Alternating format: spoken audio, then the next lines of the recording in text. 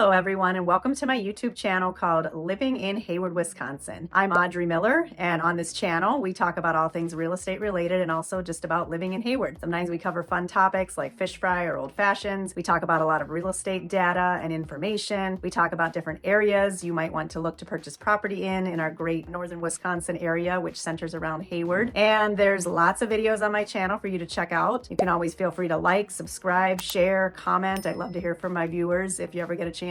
And you can also just reach out directly via email, telephone, text, whatever works for you. I'd be happy to help. I am the broker owner of Northwest Wisconsin Realty Team. We're based out of Hayward and we're right on Main Street in Hayward. So feel free to stop by our office sometime if you'd like also. And just a little additional thing, I did start another YouTube channel with GoPro footage of different back roads and areas around the Hayward and surrounding areas that I cover in my real estate travels. I thought that might be interesting for some people. So it's called the Northwoods Point of View, POV for short. So if you're not familiar with the area, especially, or you want to see some different areas that you haven't been to before, maybe you've just visited here once or twice and you want to get more of a feel for what the area is like, I've got a number of videos on that Northwoods POV channel that you can also find on YouTube if that's of interest to you. So I just wanted to mention that.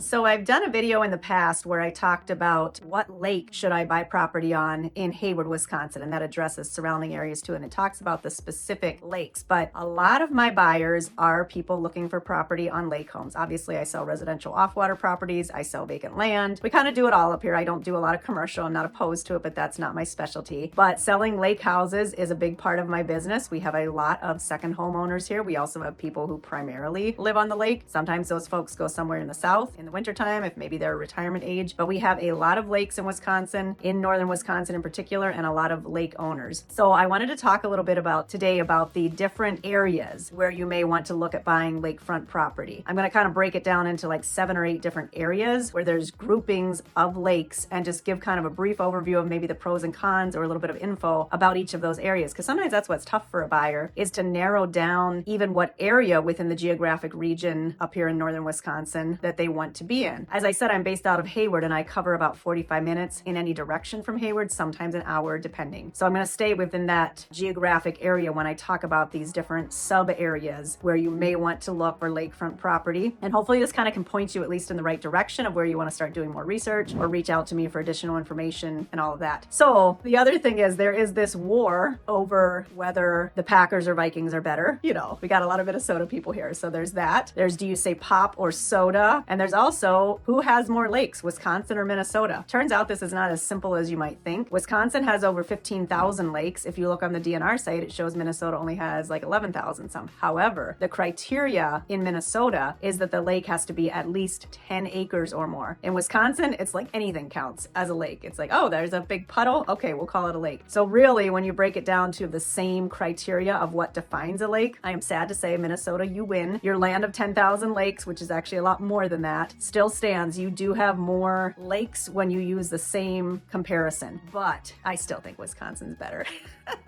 You guys go ahead and count your lakes. We'll count our Super Bowl wins and we'll all be happy, right? So now in terms of the sub areas within the area that I cover and kind of where the groupings of lakes are, Hayward is by far the best known town within the area. You can travel almost anywhere in the world. You're in an airport somewhere, you're talking with people and they say, where are you from? And I say, Hayward, Wisconsin. They're like, oh yeah, I have a friend or a cousin or a relative that has a house there, or I visited there before. It's a very well-known area due to all of the vacationers and lake home and second homeowners that we have in our area. However, there's a lot of areas relatively close to Hayward that don't have the name recognition, but are still wonderful areas in which to own a lake cabin or, you know, primary home on a nice body of water. So really, Stone Lake could actually be described as the center of the lake area. We always say Hayward, people don't hear much about the town of Stone Lake. It's about 250 150 people. It's a very small town. There's not a whole heck of a lot there, but there are some good restaurants, and there's a dollar store. It's kind of like a mini Walmart. But Stone Lake, if you were to sit in the town of Stone Lake and drive in each direction, you would probably hit the most lakes in the shortest amount of time, because you have the grouping of Stone Lake itself, which is one of the clearest lakes in the state, maybe the clearest. It has very high water clarity. And then you have Whitefish, you have Sisebagama, and you have Sand Lake. Those are all clustered around the Stone Lake town. And then you also have the south ends of both Grindstone and Lac-Courte-Oreille. They're really more of a Stone Lake address than they are Hayward. Those lakes are so big, they tend to stretch from the Stone Lake area up towards Hayward. They don't get the whole way to Hayward, but they head north from Stone Lake. So that grouping is really the prime area within the area that I cover. And it's why the Hayward area is so popular, because Grindstone, Lac-Courte-Oreille, and then Round, which is east of Hayward, so kind of a little further from that Stone Lake area. But those are the premier top tier lakes in the area due to their large sizes, 3,000 to 5,000 acres, the great water clarity. They don't have a lot of weedy shoreline. There's a lot of sandy bottom, rock bottom. So they're just beautiful, clean, clear lakes that tend to garner the highest prices and attract the highest number of people who just want to be on those full recreational premier lakes. So that area would be also the closest to amenities. So since Hayward is kind of the hub of things, there tends to be a little more to do in Hayward than in some of these other areas that I'm going to describe in the upcoming minutes here. So if your goal is to be closest to the most amenities, you would probably want to choose the Hayward and Stone Lake areas. Hayward is the place that has the most shopping options, such as Walmart, the Marketplace grocery store, probably the highest concentration, bars and restaurants. You've got the Main Street, which is kind of a cool experience. You have Wilderness Walk, which a lot of people go to. You've got the mini golf places. There's a couple of those in town, the go-kart track, the candy store on Main Street, like all the, I'll say, touristy things that there are to do that are not out in nature. There's lots of things that most vacationers and second homeowners here do that are related to being on the water, on snowmobile and ATV trails, etc. But for the other activities,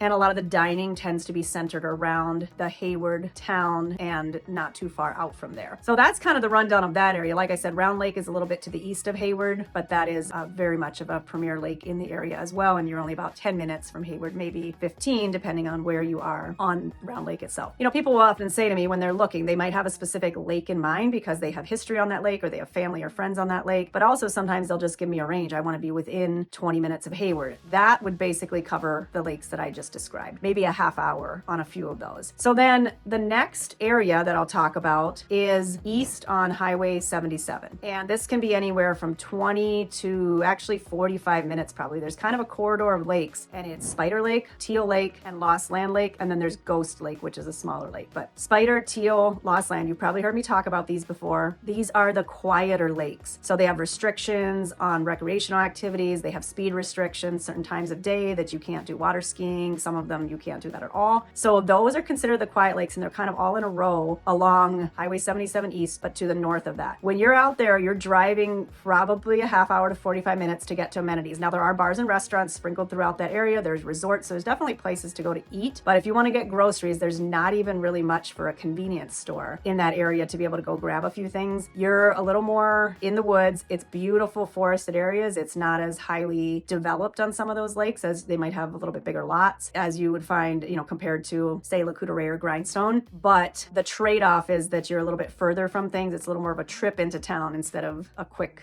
ride into town. So that's the Highway 77 corridor, I'll call it, the Quiet Lakes area. And then we'll just head north from there up to Cable. So Cable's kind of on the northern edge of the area that I cover, but there is a pretty large cluster of lakes that is mostly to the east of Cable just a bit. Lake Namacoggin, Lake Owen, and a host of other 300 to 400 acre lakes that are really nice and clean and clear. And one of the draws of the Cable area is that you have all the hiking, biking, skiing trails in that area as well. So you kind of can get the combo if you're really just into the outdoor things. That would be a great area if you also like to bike, cross-country ski, those types of things. And the town of Cable is a really cute little town. There's a grocery store, a hardware store, gas station, some really nice coffee shops, restaurants, a little downtown Main Street shops there. So it's a very quaint, cute little town. But to get to the kind of the bigger amenities, you'd probably be driving down to Hayward, which could be anywhere from 30 to 50 minutes, depending on where you are on the lakes that are east of Cable. And then one kind of interesting thing is that the area just south of Cable, the whole way down to Sealy, and in that whole region to the east of Highway 63 North, there are almost no lakes. If they are, they're very small, or they're within like the county forest land and don't have any public accesses. So there's this huge area that is lake free, I'll say, and more used for mountain biking, ski trails, and that kind of thing. So it's sort of interesting. If you want to be in that Sealy area, you're going to tend to not be on the water, but there's beautiful hills and lots of trails there. So those are some pros and cons. The prices in the Cable area, depending which lake you're on, can be pretty similar to the Hayward area, but they are tending to be a little bit less overall, just because it's a little bit further drive from the Twin Cities as well. So the demand is slightly lower, because to get up to Cable from the Twin Cities, where a lot of our second home buyers are from, you're looking at stretching over 3 hours to get there. So that does cut down on the competition a little bit. And then the prices there are a little bit less, but not significantly less than what you would find on some of the tier 2 lakes, maybe in the Hayward area.